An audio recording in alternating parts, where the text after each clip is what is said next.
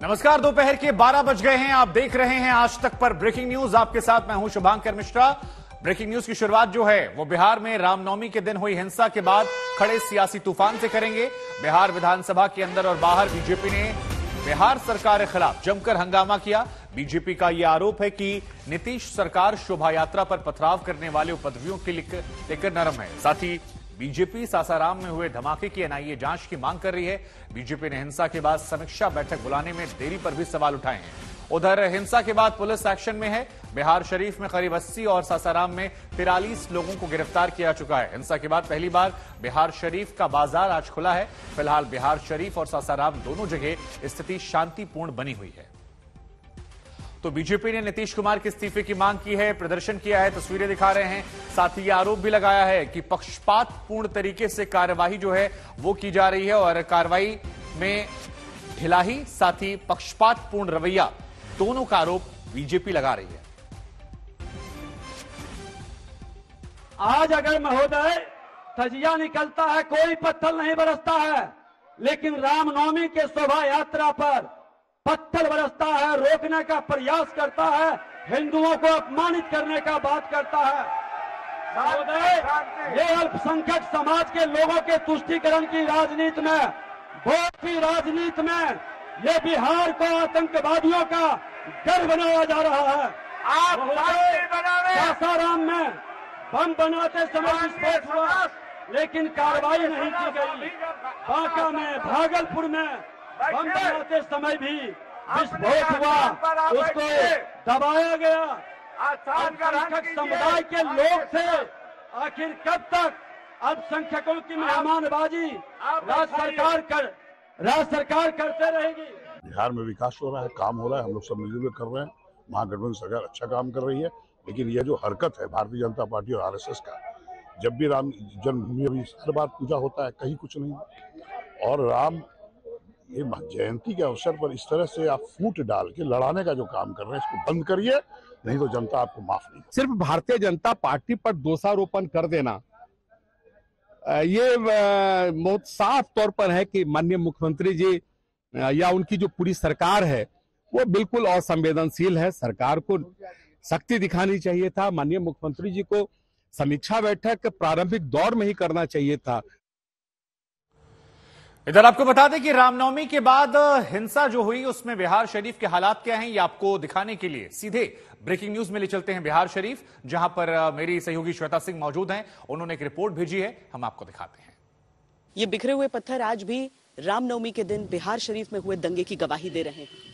ये वही इलाका है, हम आपको पूरा दिखाते हैं, जहां पर पत्थरबाजी हुई थी। 50 मीटर का ये मुश्किल से इलाका है, जहां पर जब शोभा यात्रा सामने से गुजर रही थी, यहां इस मुख्य सड़क से, तब पत्थरों की बौछार हुई थी। और ये जो आप पत्थर देख रहे हैं वो जवाबी पत्थरबाजी की भी तस्दीक करते हैं। इस हिस्से में सुरक्षा व्यवस्था की बहुत अधिक आवश्यकता थी कि इससे एक साल पहले यहां पर बताया जाता है कि घरों के ऊपर, खासकर इस स्ट्रेच जिसे नोटोरियस माना जाता है, यहां पर छतों तक पर पुलिस बल की मौजूदगी थी, लेकिन इस साल ऐसा नहीं हुआ। बहरहाल अब बिहार शरीफ में शांति है। कल का पूरा दिन शांत रहा। सीधे तौर पर अगर हम देखें तो पुलिस बल कभी कमजोर नहीं होती, कमजोर होती है तो इच्छा शक्ति। अगर निर्णय रहे कि यहां पर तैनाती होनी है, अगर निर्णय रहे कि किसी तरह की हिंसा इस तरीके से नजर नहीं आएगी, तो वो नहीं होता है। आज बिहार शरीफ में सेक्शन 144 लागू जरूर है, लेकिन ये बहुत बड़ा कारण रहा कि यहां पर शांति आज बहाल हो पाई है। अंदर अंदर की गलियों में पुलिस वालों का गश्त, जो पैरामिलिट्री फोर्सेस हैं, जो अर्धसैनिक बल हैं, उन सब का गश्त, ये सारी चीजों ने तय किया कि बिहार शरीफ में शांति बहाल हो जाए। ये पूरा हिस्सा, इस पूरी सड़क पर आप देखेंगे कि अलग अलग जगहों पर पुलिस बल की छोटे छोटे दस्तों में तैनाती करके रखी गई है। कैमरा पर्सन सैयद मोहसिन के साथ श्वेता सिंह, बिहार शरीफ आज तक। तो ब्रेकिंग न्यूज में हम बिहार शरीफ के हालात आपको दिखा रहे थे। अब आपको बता दें कि बिहार शरीफ में दो समुदायों के बीच में हिंसा में डिजिटल दुनिया मॉल में लूटपाट हुई और ये लूटपाट फिलहाल सोशल मीडिया में सुर्खियों में है। ये मॉल महाराष्ट्र बीजेपी के सचिव और कारोबारी हैदर आजम का है। कुछ उपद्रवियों ने यहां पर लूटपाट की और कहा जा रहा है कि करोड़ों रुपए के सामान जो हैं वो यहां से इन लोगों ने लूट लिया। हालांकि यह वारदात सीसीटीवी कैमरे में कैद हो गई, जिसकी तस्वीरें इस वक्त हम आपको दिखा रहे हैं। यह वीडियो उसी लूटपाट का है। हैदर आजम के मुताबिक मुंबई में रहने के बावजूद बिहार के लोगों को रोजगार देने के लिए वहां कारोबार शुरू किया था, लेकिन इस लूटपाट को देखने के बाद कौन कारोबारी वहां पर कारोबार करने का साहस कर पाएगा।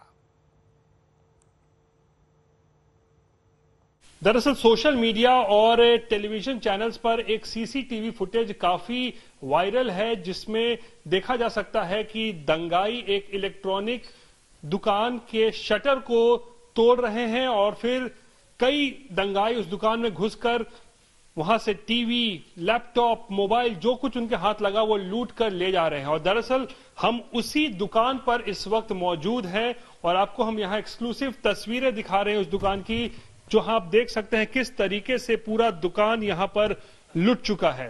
ये आप देखिए ग्राउंड फ्लोर, आप देखिए इस दुकान की, और बाएं तरफ ये दीवार देखिए। यहां पर जितनी भी टीवी सेट यहां पर लगे थे, सभी टीवी सेट को यहां पर लूट लिया गया है दंगाइयों के द्वारा और जबरदस्त तरीके से यहां पर तोड़फोड़ भी की गई है। कूलर, वॉशिंग मशीन, लैपटॉप, इस तरफ देखिए, इस तरफ आप देखिए किस तरीके से यहां पे आप देखिए, फ्रिज हो, लैपटॉप हो, सब कुछ यहां पे लूट लिया गया, शीशों को तोड़ दिया गया है। चारों तरफ आपको देख सकते हैं यहां शीशे बिखरे पड़े हैं और ये साफ तौर पर दिखाता है कि किस तरीके से दंगाई उस दिन उनके सर पर जुनून, एक पागलपन सवार था, जिसके कारण दर्जनों की संख्या में इस इलेक्ट्रॉनिक दुकान पर उन्होंने धावा बोल दिया और जिसके हाथ में जो भी लगा वो उसे लूट कर ले गया। देखिए चारों तरफ आप यहां तस्वीरें, दीवार पर जितनी भी यहां पर टीवी सेट लगे हुए थे, सभी टीवी सेट को यहां पर जो है वो लूट लिया गया है और चारों तरफ आप देखिए सब कुछ यहां पर बिखरा पड़ा है। सोनल कुमार है हमारे साथ, जो कि इस दुकान के मैनेजर हैं। सोनल जी, क्या हुआ, क्या क्या लूट हुआ, जरा पहले बता दीजिए। लूट ये हुई कि एक भीड़ बहुत आई क्लाउड में, उसके बाद शटर को घींचकर तोड़कर, उसके बाद सारा एंट्री एकाएक आया। लैपटॉप, मैकबुक प्रो, टीवी थी कीमती करीब 1.5-2 लाख रुपए की लगभग में, बहुत सारे रेंज में थी। हम लोग का स्टॉक बहुत अच्छा था, फेस्टिवल का टाइम था, फेस्टिवल के टाइम पे सारा का सारा स्टॉक हम लोग के पास अवेलेबल था। सेल भी बहुत अच्छा मेरे काउंटर पे है। उसके बाद सारा उपद्रवी आकर पूरा तोड़फोड़, लूटपाट जो भी हुआ, शीशा वगैरह सब तोड़, जितने पीस था एक एक पीस चुन कर सब यहाँ से लेके सब एकदम गए। तो ये पूरी रिपोर्ट आपने देखी। मेरे सहयोगी रोहित आपको ब्रेकिंग न्यूज में रिपोर्ट दिखा रहे थे। रोहित हमारे साथ उसी डिजिटल दुनिया मॉल से लाइव हैं, जहां पर ये लूटपाट की घटना को अंजाम दिया गया है। रोहित, यहां के मालिक की बात हमने सुनी, वो कह रहे हैं कि मैं महाराष्ट्र में रहकर बिहार के लोगों को रोजगार दे रहा था, अब कौन यहां पर ऐसी कोशिश दोबारा करेगा? शासन प्रशासन, बिहार सरकार क्या इस पर नजर बनाए हुए है? क्योंकि बिहार को लेकर, कारोबार को लेकर ये अच्छा मैसेज नहीं है और ये वही बिहार है जहां के लोग पलायन करके जाते हैं, तो ऐसे में तो लोग इन्वेस्टमेंट करने से और डरेंगे। सरकार की तरफ से क्या कोई मदद या फिर इसको लेकर कार्रवाई अब तक की गई है? और शुभंकर, ये वही गृह जिला है मुख्यमंत्री नीतीश कुमार का, नालंदा, जिसके गृह जिले के जिला मुख्यालय बिहार शरीफ में ये घटना को अंजाम दिया गया, जिसका सीसीटीवी फुटेज वायरल है। इस वक्त उसी दुकान के अंदर हम मौजूद हैं और तस्वीरें हमने दिखाई और आपको एक बार फिर से दिखाते हैं किस तरीके से यहां पर लूटपाट की है। उसकी ये तमाम तस्वीरें उसकी तस्दीक कर रहा है। आप देख सकते हैं दीवारों पर एक भी टेलीविजन सेट मौजूद नहीं है और उस दिन दंगाई जो है सैकड़ों की संख्या में जो है पूरे शहर में उन्होंने उत्पात मचा कर रखा हुआ था। तो इस इलेक्ट्रॉनिक शॉप पर उन लोगों ने धावा बोला, शटर को तोड़ा और उसके बाद चारों तरफ जो है लूटपाट को अंजाम दिया। ये तस्वीरें आप लाइव तस्वीरें आज तक पे देख रही हैं और आप देख सकते हैं चारों तरफ मोबाइल फोन्स, यहाँ पे देखिए जितने भी यहाँ मोबाइल फोन्स शेल्फ पर रखे हुए थे, सारे मोबाइल फोन्स को लूट लिया गया है। जो यहाँ पर अंदर में जो भी पैसा था उन सबको जो है वो लूट लिया गया है। टीवी, फ्रिज, लैपटॉप, प्रिंटर, जिसके हाथ जो लगा वो वहां पर लूट के उसे ले गया। चारों तरफ आपको लूट के जो तस्वीरें हैं वो आपको नजर आ सकती हैं। और शुभंकर, ये देखिए कितना बड़ा ये टीवी है, ये 75 इंच का एक टीवी है। अब शायद दंगाई इतने बड़े टीवी को उठाने में सक्षम नहीं रहे होंगे, तो इसको यहां पर नीचे फेंक दिया और इसे तोड़ दिया है। और चारों तरफ आप देखिए बर्बादी के निशान। और उस दिन पुलिस कहाँ थी, प्रशासन कहाँ था, कहीं नहीं था। और शायद इसीलिए दंगाइयों के हौसले उस दिन इतने बुलंद थे कि चारों तरफ उन लोगों ने एक तरफ जहां कई दुकानों में आगजनी की, वहीं इस इलेक्ट्रॉनिक शॉप पर जो है वो लूटपाट को अंजाम दिया। और पुलिस फिलहाल यहां पहुंची हुई है। पुलिस भी इस पूरे मामले की जांच कर रही है अपने तरीके से। क्या क्या लूट हुआ है उन सब की लिस्ट यहां पर बनाई जा रही है। लेकिन ये तस्वीरें भयानक हैं, डराने वाली है और साफ तौर पर सवाल खड़े करती है सुशासन पर, कानून व्यवस्था पर। जैसा कि आप बता रहे थे कि जो व्यापारी ने यहाँ पैसा लगाया, दुकान खोला, उसका भरोसा कैसे होगा? या और व्यापारी जो कोई आएंगे उस वक्त तो डरेंगे ही कि सरकार तो सुरक्षा तक नहीं दे पा रही है। और ऐसे भी ये तस्वीरें आप देख सकते हैं कैसे इस दुकान को लूट लिया गया। ये बेहद बेहद हैरान और परेशान करने वाली तस्वीरें हैं शुभंकर। हैरान, परेशान और शर्मसार करने वाली भी तस्वीरें रोहित, क्योंकि मुख्यमंत्री का ये गृह जिला है और इसके साथ ही मुख्यमंत्री जो हैं वो वहां के गृह मंत्री हैं। ऐसे में ये तस्वीरें कानून व्यवस्था, सुरक्षा और व्यापार की दृष्टि से निवेश करने वालों के लिए भी चिंता का सबब बनी। आपका शुक्रिया तमाम जानकारी, तमाम बातचीत के लिए। लेकिन ये तस्वीरें बिहार में सत्ता को, शासन को, प्रशासन को परेशान करनी चाहिए और व्यापारियों का भरोसा कैसे बिहार पर बरकरार रहे, इस बारे में गहन चिंतन मंथन करना चाहिए। क्योंकि बिहार से बड़ी संख्या में लोग पलायन करके दूसरे राज्यों में काम करने जाते हैं, कई बार वहां घटनाएं सामने आती हैं। ऐसे में जो व्यापारी निवेश कर रहा है, जो काम कर रहा है, जो यहां पर इन्वेस्टमेंट कर रहा है, उसको सुरक्षा कैसे प्रदान की जाए, यह अपने आप में एक बहुत बड़ा सवाल है।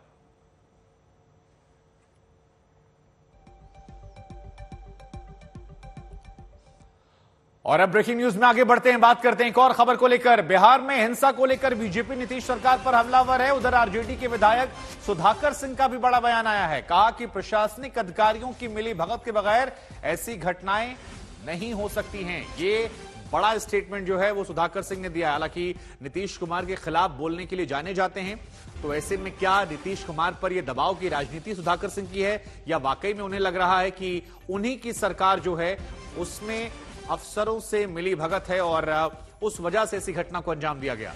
बिहार हिंसा पर आरजेडी के विधायक सुधाकर सिंह का यह बड़ा बयान। अफसरों की मिली भगत के बगैर ऐसी घटना होना असंभव है, यह कहना है सुधाकर सिंह का।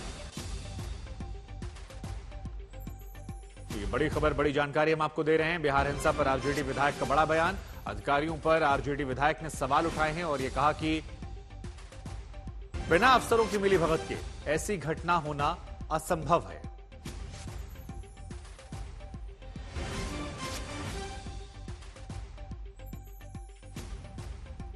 यह राजनीतिक तौर पे इस तरह के हिंसाओं को प्रायोजित किया गया है, मैं मानता हूं। लोकसभा का चुनाव आना है, राजनीतिक दल शामिल हैं इसमें। ऐसे लोग को चिन्हित करके दंडित करना चाहिए सरकार के स्तर पे। और प्रशासन के कुछ अधिकारी मिले हैं, उनके बिना मिले हैं इस तरह का दंगा नहीं हो सकता। अमित शाह किस सरकार की बात कर रहे हो? तो खुद ही सरकार है, उनको कार्रवाई करनी चाहिए, बयान नहीं देना चाहिए। मैंने कहा ना कि राजनीतिक रूप से फायदा पहुंचाने वाली घटनाएं हैं, इसमें राजनीतिक दल शामिल। अमित शाह के बयान से यही जाहिर होता है। आगे बढ़ते हैं ब्रेकिंग न्यूज में। रामनवमी के दिन पश्चिम बंगाल में भी भड़की हिंसा जो है वो अब तक शांत होने का नाम नहीं ले रही है। पहले हावड़ा में उपद्रव हुआ, कल हुगली में हिंसा हुई और हुगली में बीजेपी नेता दिलीप घोष की अगुवाई में निकाली गई शोभा यात्रा पर कल उपद्रवियों ने हमला कर दिया। हमले में बीजेपी विधायक विमान घोष घायल हो गए। रिसड़ा इलाके में उपद्रव के बाद धारा 144 लगी है। आज भी बड़ी संख्या में पुलिस बलों की तैनाती है। इंटरनेट सेवाओं को फिलहाल 24 घंटे के लिए बंद कर दिया गया है। और यहां पर भी आरोप प्रत्यारोप जो है वो सत्ता पक्ष और विपक्ष के ऊपर है। विपक्ष ये कह रहा है कि ममता बनर्जी सरकार जो है वो लोगों को ढील दे रही है। कल जब दिलीप घोष के काफिले पर हमला हुआ तो उन्होंने आज तक से बातचीत करते हुए ये आरोप भी लगाए थे कि अधिकारियों की मिली भगत है। लेकिन आज फिलहाल तस्वीरें हम आपको दिखा रहे हैं, धारा 144 लगा दी गई है। बड़ी संख्या में पुलिस बल की तैनाती जो है वो कर दी गई है। और कल जिस तरह से घटना हुई, दिलीप घोष की शोभा यात्रा पर हमला हुआ, उसके बाद फिलहाल इंटरनेट सेवाओं को भी बंद कर दिया गया है। चाक चौबंद इंतजाम जो हैं वो किए जा रहे हैं और सत्ता शासन प्रशासन ये कह रहा है कि जो दोषी हैं उनके खिलाफ सख्त कार्रवाई की जाएगी।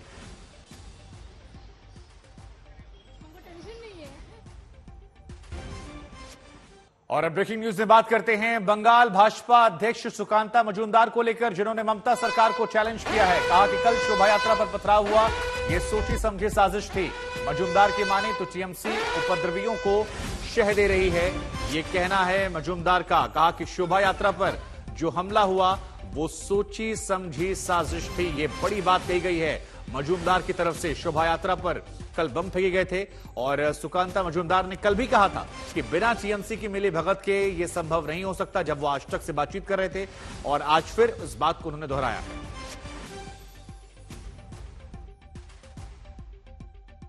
कल आप हावड़ा गए थे, वहां पे आपको रोक दिया गया, घुसने नहीं दिया गया, आज जा पाएंगे अंदर? देखिए 144 जहां पे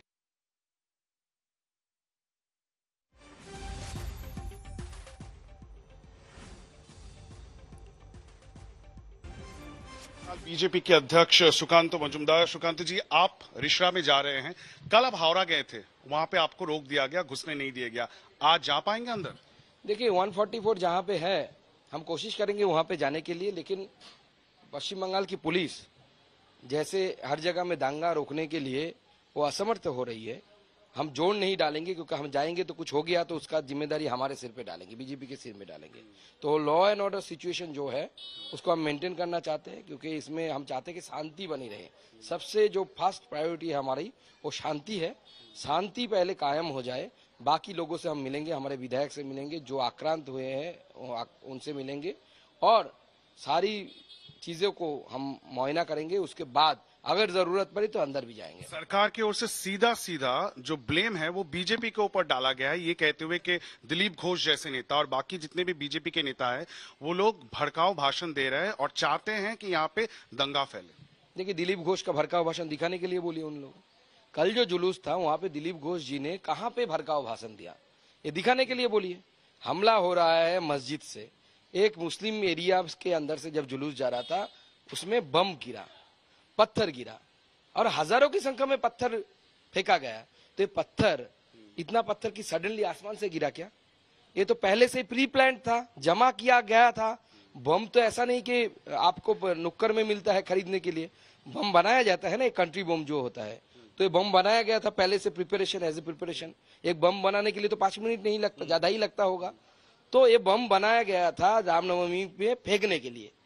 तो ये प्री प्लान्ड है और टीएमसी इन लोगों को बख्श रही है, इन लोगों को शह दे रही है और कोई भी अरेस्ट नहीं कर रहा है। जिसने बम मारा देखिएगा वो अरेस्ट नहीं होगा।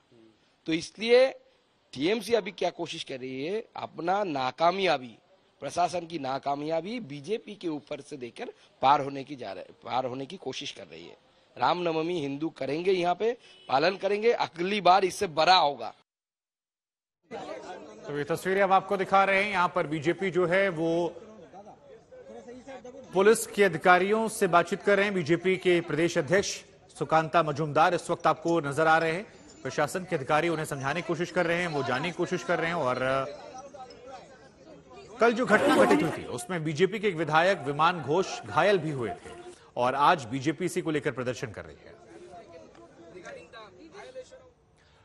अब ब्रेकिंग न्यूज में बंगाल से आगे बढ़ते हैं मध्य प्रदेश की तरफ और सवाल यह है कि क्या मध्य प्रदेश में बीजेपी के हिंदुत्व की काट कमलनाथ ने ढूंढ ली है?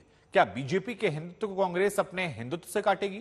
दरअसल भोपाल के कांग्रेस दफ्तर को भगवा झंडे और पताखे से सजाने और साधु संतों के साथ कमलनाथ की बैठक के बाद सियासी हलकों में ये सवाल उठने लगे हैं।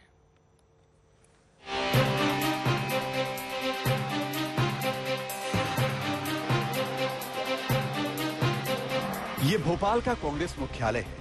कांग्रेस का ये दफ्तर पूरी तरह भगवामय नजर आ रहा है। अब जरा अंदर का भी नजारा देखिए।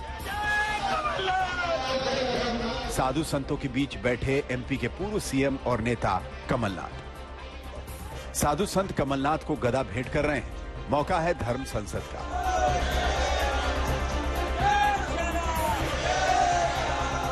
कांग्रेस मुख्यालय के इस भगवा वाले रंग के बाद सवाल उठ रहे हैं कि क्या शिवराज के तिलिस्म को तोड़ने के लिए कांग्रेस नरम हिंदुत्व की राह पर चल निकली? चुनावी साल में मध्य प्रदेश में कांग्रेस कार्यालय भी पूरी तरीके से भगवामय हो गया है। मेरे ठीक पीछे प्रदेश कांग्रेस कार्यालय की इस इमारत को आप देखिए और आपने कभी ये तस्वीरें नहीं देखी होगी जब कांग्रेस कार्यालय में इस तरीके से न केवल पूरे भगवा रंग से रंग दिया गया है कांग्रेस कार्यालय को, बल्कि यहाँ पर भगवा ध्वज भी पूरी तरीके से लगे हुए हैं। 2018 के विधानसभा चुनाव में इसी कांग्रेस ने सॉफ्ट हिंदुत्व के रथ पर सवार होकर के 15 साल की सत्ता पर काबिज भाजपा को पटकनी दी थी। कांग्रेस बखूबी जानती है कि मध्य प्रदेश की सत्ता पर काबिज होना है तो इस बड़े वोट बैंक को नजरअंदाज नहीं किया जा सकता। मध्य प्रदेश में इसी साल विधानसभा चुनाव होने हैं, इसीलिए एक एक एक्शन पर सबकी निगाहें होती हैं। कमलनाथ से जब कांग्रेस मुख्यालय के भगवाकरण का सवाल किया गया तो उनका कहना था कि भगवा पर सिर्फ बीजेपी का अधिकार नहीं है, लेकिन बीजेपी इसे कमलनाथ के चुनावी चाल के रूप में देख रही है। क्या भगवा का ट्रेडमार्क बीजेपी का है? उन्होंने ठेका लिया हुआ है भगवा का, क्या एजेंसी ली हुई है भगवा की? बीजेपी कहते हैं कि हमने हिंदू धर्म का ठेका लिया हुआ है। ये अंतर ये है, हम सब में धार्मिक भावनाएं हैं पर हम इसको राजनीतिक मंच पर नहीं आते। इनको क्यों पेट में दर्द होता है जब हम मंदिर जाते हैं? इनको पेट में दर्द होता है जब हम भगवा के हमारा कुछ लग जाता है। इनकी ठेका या सोल सेलिंग एजेंसी तो नहीं है। तो कमलनाथ जी का चुनावी सॉन्ग है, जैसे सॉन्ग रचते हैं ना गांव की मंडलियों में, ऐसे चुनाव के समय हर समय सॉन्ग रचते हैं। वैसे तो ये वही कांग्रेस है जिसने राम के अस्तित्व पर ही प्रश्न चिन्ह लगाया था और सुप्रीम कोर्ट में हलफनामा दिया था कि राम का अस्तित्व नहीं हुआ, राम काल्पनिक है। और कमलनाथ जी इतनी बातें कर रहे हैं भगवा भगवा की, तो आपको याद नहीं है कि हनुमान जी का केक बनाया और हनुमान जी पर ही चाकू चला दिया था कमलनाथ जी ने? आज इस तरह की बातें केवल चुनाव में फायदा लेने के लिए करने से काम नहीं चलेगा। ये आप जनता को तो गुमराह कर सकते हो, भगवान को गुमराह करने की कोशिश ना करो। वैसे भी कमलनाथ का सॉफ्ट हिंदुत्व नया नहीं है। पिछली बार मुख्यमंत्री बनने के बाद कई अहम फैसले उन्होंने लिए, जिसमें श्रीलंका में सीता मंदिर के निर्माण में फंड से लेकर ओरछा के राजा राम के मंदिर को संवारने की व्यवस्था तक शामिल है। क्या इस बार फिर कमलनाथ का हिंदुत्व वाला कार्ड चल पाएगा? रविशपाल सिंह, भोपाल, आज तक। सूरत कोर्ट से मानहानि केस में मिली सजा को चुनौती देने के लिए राहुल गांधी दिल्ली से सूरत रवाना हो गए हैं और यह माना जा रहा है कि उनके साथ प्रियंका गांधी वाड्रा हिमाचल, छत्तीसगढ़ और राजस्थान के सीएम मौजूद रहेंगे। राहुल की तरफ से 2 याचिका दाखिल होगी। एक याचिका में सजा को चुनौती दी जाएगी और दूसरे में सजा को रद्द करने की मांग की जाएगी। राहुल के सूरत जाने को बीजेपी ने मुद्दा बनाया है। पूछा, ये नौटंकी नहीं है क्या? क्या राहुल का न्याय व्यवस्था से विश्वास उठ गया है? जवाब में कांग्रेस ने 2 टूक कह दिया कि माफी मांगने का तो सवाल ही नहीं पैदा होता। तो एक याचिका में फैसले को चुनौती दी जाएगी और दूसरे में पुनर्विचार याचिका है। 2 साल की सजा सुनाई गई थी, जिसके बाद राहुल गांधी की संसद सदस्यता जो है वो चली गई थी और अब ये तस्वीरें सामने आई हैं जहां राहुल गांधी रवाना हो गए हैं सूरत के लिए और उनके साथ प्रियंका गांधी वाड्रा जो हैं वो भी नजर आ रही हैं। दिल्ली से सूरत की उड़ान और यहां पर राहुल गांधी और प्रियंका गांधी वाड्रा जो हैं। तो ये तस्वीरें हम आपको लगातार दिखा रहे हैं। ये तस्वीर उस वक्त की है जब दिल्ली में फ्लाइट में बैठकर अपनी बहन प्रियंका गांधी वाड्रा के साथ राहुल गांधी मोदी सरनेम वाले मामले को लेकर सजा के खिलाफ याचिका देने के लिए जा रहे हैं और ये लेटेस्ट तस्वीरें निकलकर सामने आई हैं। राहुल गांधी आज यहां पहुंचेंगे। बीजेपी ने इस पूरी प्रक्रिया को नौटंकी करार दिया है, लेकिन फिलहाल परिवार उनके साथ और राहुल गांधी आज सेशन कोर्ट में अर्जी देने के लिए। तो फैसले के 11 दिन बाद सेशन कोर्ट में अर्जी देने के लिए राहुल गांधी इस वक्त सूरत की तरफ रवाना हो चुके हैं और सूरत में ही सेशन कोर्ट में वो अर्जी देंगे। एक तरफ अर्जी में उसे चुनौती दी जाएगी जो ये पूरा मामला आया था। एक तरफ बीजेपी पार्टी कहते हैं कि राहुल जी क्यों नहीं जुडिशियरी के पास जाते हैं, उनका अगर केस है तो क्यों नहीं जाते हैं, अगर जाते हैं तो भी उनको बुरा लगते हैं। हम तो जुडिशियरी के पास ही जाएंगे। राहुल गांधी जो कह दिए हैं वो डरते नहीं, डरने वाला है नहीं।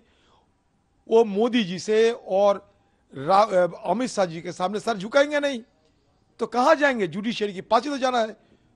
जो जुडिशियरी उनके ऊपर आरोप के चलते कन्विक्शन दिए हैं, उनसे ही उनको राहत मांगने के लिए दोबारा जाना पड़ेगी। एक तरफ आप लोग ज्ञान दे रहे हैं कि राहुल गांधी को कोर्ट में जाना चाहिए, अगर कोर्ट में जाते हैं तो भी बुरा लगते। आपको खुशी करे कौन? पिछड़े का अपमान नहीं सहेगा हिंदुस्तान। राहुल गांधी जी ने एक बार नहीं बार बार पिछड़ों का अपमान करने का काम किया है और दुख इस बात का है उसके बाद भी कांग्रेस पार्टी ने माफी मांगना तो दूर, दबाव बनाने का काम करते हैं, डराने का काम करते हैं। जब 3 वर्ष थे तब तो इनके साथ कोई नहीं गया। अब राज्य के मुख्यमंत्रियों को काम छोड़ाकर इस काम पे लगाया है। मेरा एक सवाल और है, पूर्व में नरसिम्हा राव जी थे, पी चिदम्बरम जी थे, डी शिव कुमार जी थे, इन सबको भी जेल जाना पड़ा, इस्तीफे देने पड़े। तब कितने कांग्रेस के लोग साथ में गए थे?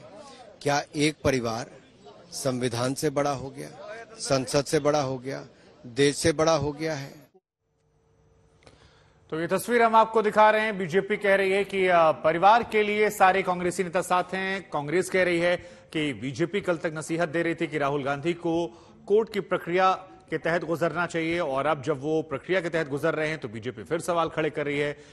माफी नहीं मांगेंगे राहुल गांधी, कांग्रेस का स्टैंड ये है। लेकिन फिलहाल ये तस्वीरें, राहुल प्रियंका सूरत रवाना हो गए हैं और दिल्ली से सूरत उड़ान की ये तस्वीरें सामने आई हैं। बहस नहीं कर सकते, लेकिन अन्याय के खिलाफ तो हम लड़ सकते हैं। तो हम लड़ रहे हैं सरकार के खिलाफ। ये शक्ति प्रदर्शन नहीं है, हमारे लीडर है तो लीडर के साथ खड़े होने के लिए सभी लोग जाते हैं। एक मामूली केस भी जब होता है तो आपके परिवार के लोग जाते हैं। तो ये तो पूरा एक पार्टी है और देश के लिए लड़ रहे हैं। तब जब देश के लिए लड़ रहे हैं तो हमारे लोग पूरे वहां पर पहुंचते हैं और उनके साथ उनको हिम्मत अफजाई करते हैं। और ये तो हमारे पार्टी का लोगों का निर्णय है, उन्होंने किसी को नहीं बुलाया। हम लोग जुडिशरी का जो बात होता है वो एडमिनिस्ट्रेटिव इश्यूज का है। यहाँ मैं जुडिशियल प्रोनाउंसमेंट का बात कर रहा हूँ कि कोर्ट ने जब किसी को कन्विक्शन कर दिया तो उसके बाद ये जो ड्रामा कर रहे हैं, ये बेसिकली जो ऊपर के जो अदालत है उसको ऊपर में दबाव डालने के लिए, डराने के लिए ये कांग्रेस का ड्रामा है। इसलिए मैंने कहा कि कांग्रेस पार्टी पूरे के पूरे एक परिवार को देश से ऊपर मानते हैं। उनके लिए कोर्ट, डेमोक्रेसी कुछ नहीं बचा है कांग्रेस के लिए। एक परिवार ही उनके लिए सब कुछ है। और इसी खबर पर ज्यादा बातचीत के लिए मेरे साथ मेरे 2 सहयोगी जुड़ रहे हैं। गोपी और सौरभ वख्तानिया जुड़ रहे हैं। गोपी वहां पर है जहां पर प्रोटेस्ट हो रहा है। गोपी, राहुल गांधी और प्रियंका जो हैं वो सूरत के लिए रवाना हो गए हैं, लेकिन इस बीच खबर आ रही है कि वहां पर प्रोटेस्ट भी चल रहा है। जरा तस्वीरें दिखाइए और बताइए प्रोटेस्ट में क्या बातें निकल रही हैं, और जो बीजेपी कह रही है क्या ये दबाव बनाने की कोशिश है? बिल्कुल, देखिए पूरे देश की निगाहें आज सूरत पर टिकी हुई है और यहाँ पे सूरत में सेवा दल के जो कार्यकर्ता है वो इस तरीके से प्रोटेस्ट कर रहे हैं। यहाँ पे साथ ही आप देख सकते हैं हाथों में जो बैनर है वो बैनर लिए यहाँ पे ये प्रोटेस्ट किया जा रहा है। सेव डेमोक्रेसी के नाम से ये प्रोटेस्ट यहाँ पे किया जा रहा है। और सबसे महत्वपूर्ण, ना सिर्फ गुजरात के कार्यकर्ता है बल्कि यहाँ पे महाराष्ट्र, मध्य प्रदेश और राजस्थान के कार्यकर्ता भी यहाँ पे पहुंचे हुए हैं। सेवा दल के ये कार्यकर्ता है वो भी यहाँ पे पहुंचे हुए हैं। उन्हीं से बात करने की कोशिश करते हैं। प्रगति आहिर हमारे साथ मौजूद है, उन्हीं से बात करते हैं। प्रगति बहन, ये बताइए कि जिस तरीके से आप राहुल गांधी आज कोर्ट के अंदर, सेशंस कोर्ट में मामले को चैलेंज करेंगे, क्या कहेंगे? क्योंकि बीजेपी कह रही है दबाव बनाने की राजनीति की जा रही है। दबाव बनाने की राजनीति तो किसकी है? पूरा देश आज देख रहा है कि राहुल जी ने कोई ऐसा बयान नहीं दिया था कि जिसके लिए उसको सजा की जाए, और उससे सजा तो हो चुकी है ना? सजा हो चुकी है। फिर संसद का घर खाली करना, संसद से बेइज्जत बेरी करना। तो मैं मतलब ये मानती हूँ कि राहुल जी तो वो कुटुंब से आते हैं कि जिसने आनंद भवन करके देश को स्वतंत्र करने के लिए अपना पूरा घर कुर्बान कर दिया था, अपनी सारी संपत्ति कुर्बान कर दी थी। वो इंदिरा जी के कुटुंब लहू है, उसके रगों में दौड़ रहा है। जो इंदिरा जी ने जब चीन का युद्ध हुआ था तब अपने सारे गहने देश को समर्पित कर दिए थे, उसको आज राहुल जी का एक घर छीन रहे हैं ना। तो पूरे भारत के देश का लोग है जो आज राहुल जी को अपना घर दे रहे हैं। बिल्कुल बिल्कुल शुभांकर, और साथ ही आपको कुछ और तस्वीर भी दिखाती हूँ। पुलिस यहाँ पे बड़ी तादाद में, क्या क्योंकि कांग्रेसी कार्यकर्ता पहुंचे हुए हैं तो पुलिस। गोपी, कुछ तस्वीरें हमारे पास और आई हैं, मैं आपके पास आऊंगा, लेकिन क्योंकि विमान के अंदर की तस्वीरें जो हैं वो लगातार निकल कर आ रही है। इंडिगो फ्लाइट ये नजर आ रही है प्रथम दृष्टया, जहां पर राहुल गांधी, प्रियंका गांधी और कांग्रेस से कुछ नेता और मौजूद हैं। राहुल देखिए यहां पर कई नेताओं से संवाद भी कर रहे हैं। ये पहली तस्वीर थी जो सामने आई थी।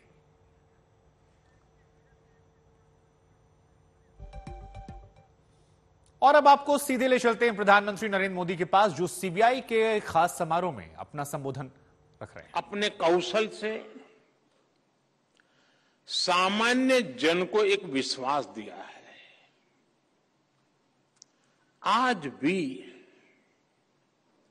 जब किसी को लगता है कि कोई केस असाध्य है तो आवाज उठती है कि मामला सीबीआई को दे देना चाहिए।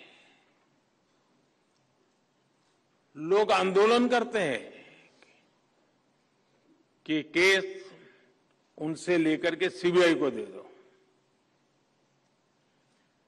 यहां तक कि पंचायत स्तर पर भी कोई मामला आता है तो लोग कहते हैं अरे भाई इसके तो सीबीआई के हवाले करना चाहिए। न्याय के, इंसाफ के एक ब्रांड के रूप में सीबीआई हर जुबान पर है। सामान्य जन का ऐसा भरोसा जीतना कोई साधारण उपलब्धि नहीं है।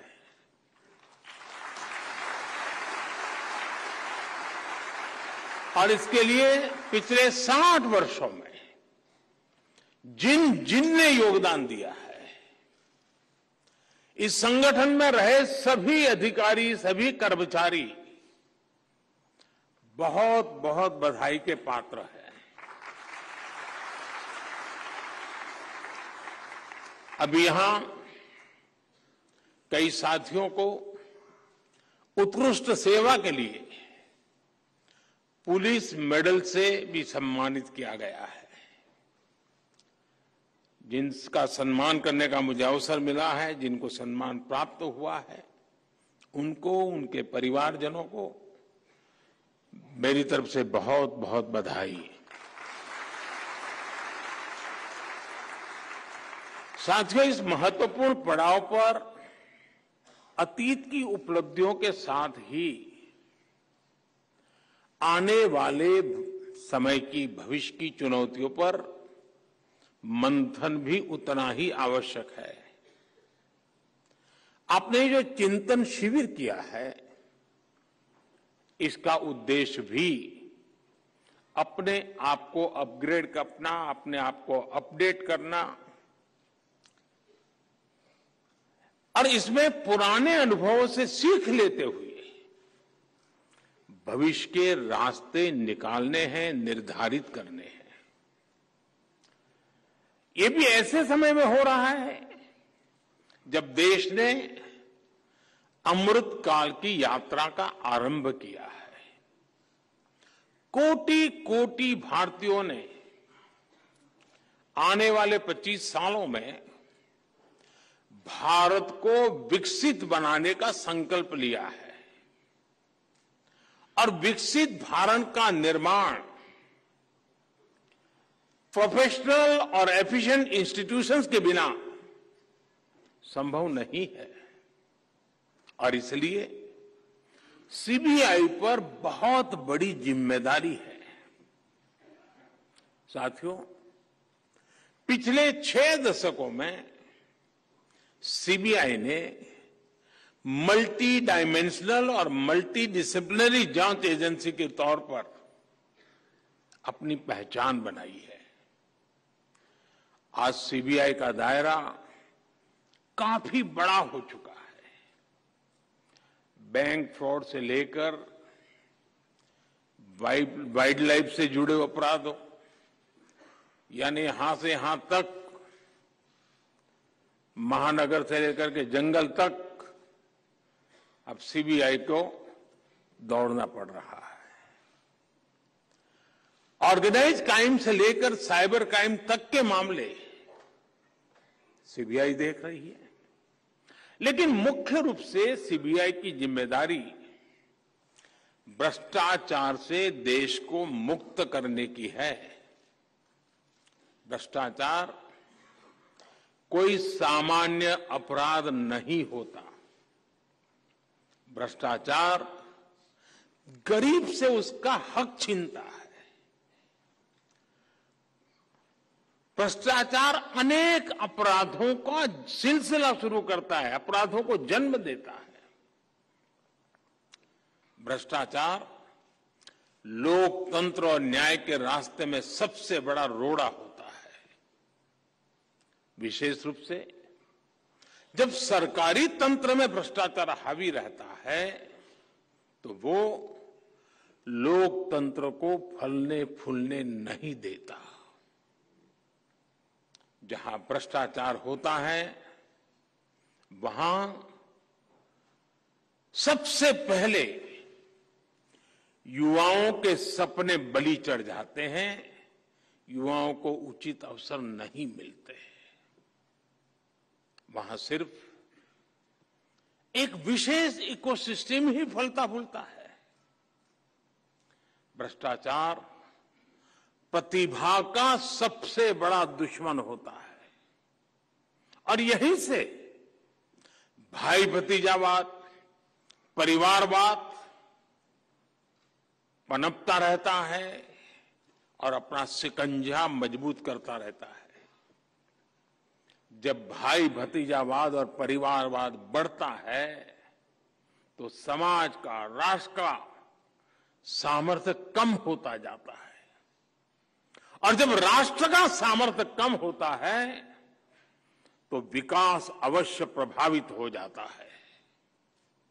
दुर्भाग्य से गुलामी के कालखंड से करप्शन की एक लेगेसी हमें मिली है, लेकिन दुख इस बात का है कि आजादी के बाद के अनेकों दशकों तक इस लेगेसी को हटाने के बजाय किसी न किसी रूप में कुछ लोग उसको सशक्त करते गए।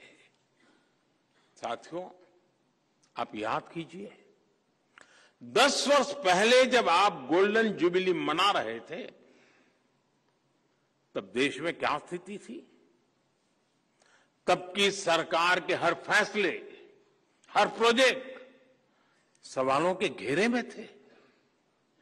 करप्शन के हर केस में पहले के केस से बड़ा होने की होड़ लगी हुई थी। तूने इतना किया तो मैं इतना करके दिखाऊंगा। आज देश में इकोनॉमी की साइज के लिए लाख करोड़ यानी ट्रिलियन डॉलर की चर्चा होती है, लेकिन तब घोटालों की साइज के लिए लाख करोड़ की टर्म मशहूर हुई थी। इतने बड़े बड़े घोटाले हुए, लेकिन आरोपी निश्चिंत थे। उन्हें पता था कि तब का सिस्टम उनके साथ खड़ा है। और इसका असर क्या हुआ? देश का व्यवस्था पर भरोसा टूट रहा था। पूरे देश में करप्शन के खिलाफ आक्रोश लगातार बढ़ रहा था। इससे पूरा तंत्र छिन्न भिन्न होने लगा। लोग फैसला लेने से बचने लगे। पॉलिसी पैरालिसिस का माहौल बन गया। इसने देश का विकास ठप कर दिया। देश में आने से निवेशक डरने लगे। करप्शन के उस कालखंड ने भारत का बहुत ज्यादा नुकसान किया। साथियों, साल 2014 के बाद हमारा पहला दायित्व व्यवस्था में भरोसे को फिर कायम करने का रहा और इसलिए हमने काले धन को लेकर, बेनामी संपत्ति को लेकर मिशन मोड पर एक्शन शुरू किया। हमने भ्रष्टाचारियों के साथ साथ भ्रष्टाचार को बढ़ावा देने वाले कारणों पर प्रहार करना शुरू किया। अब याद कीजिए, सरकारी टेंडर प्रक्रियाएं, सरकारी ठेके, ये सवालों के सबसे बड़े घेरे में थी। हमने इनमें पारदर्शिता को प्रोत्साहन दिया। आज जब हम 2G और 5G स्पेक्ट्रम के आवंटन की तुलना करते हैं तो अंतर साफ साफ नजर आता है। आप भी जानते हैं, अब केंद्र सरकार के हर विभाग में खरीदारी के लिए जेम यानी गवर्नमेंट ई मार्केट प्लेस की स्थापना की गई है। आज हर विभाग ट्रांसपेरेंसी के साथ इसी डिजिटल प्लेटफॉर्म पर अधिक से अधिक खरीदारी कर रहा है। साथियों, आज हम इंटरनेट बैंकिंग की बात करते हैं, यूपीआई से रिकॉर्ड ट्रांजैक्शन की बात करते हैं, लेकिन हमने 2014 से पहले का फोन बैंकिंग वाला दौर भी देखा है। ये वो दौर था जब दिल्ली में प्रभावशाली राजनीतिक दलों से जुड़े लोगों के फोन पर हजारों करोड़ रुपए के बैंक लोन मिला करते थे। इसने हमारी अर्थव्यवस्था के आधार, हमारे बैंकिंग सिस्टम को बर्बाद कर दिया था। बीते वर्षों में हम बहुत मेहनत करके अपनी बैंकिंग सेक्टर को मुश्किलों से बाहर निकाल करके लाए हैं। फोन बैंकिंग के उस दौर में कुछ लोगों ने 22,000 करोड़ रुपए देश के बैंकों के लूट लिए और विदेश भाग गए। हमने फ्यूजिटिव इकोनॉमिक ऑफेंडर्स कानून बनाया। अभी तक विदेश भागे इन आर्थिक अपराधियों की 20,000 करोड़ रुपए से अधिक की संपत्ति जब्त की जा चुकी है।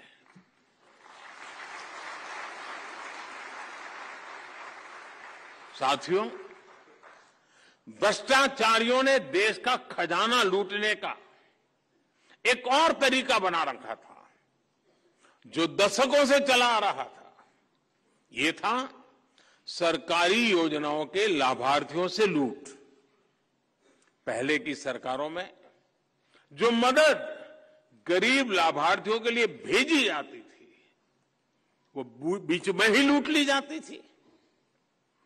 राशन हो, घर हो, स्कॉलरशिप हो, पेंशन हो, ऐसी अनेक सरकारी स्कीम्स में असली लाभार्थी खुद को ठगा हुआ महसूस करते थे।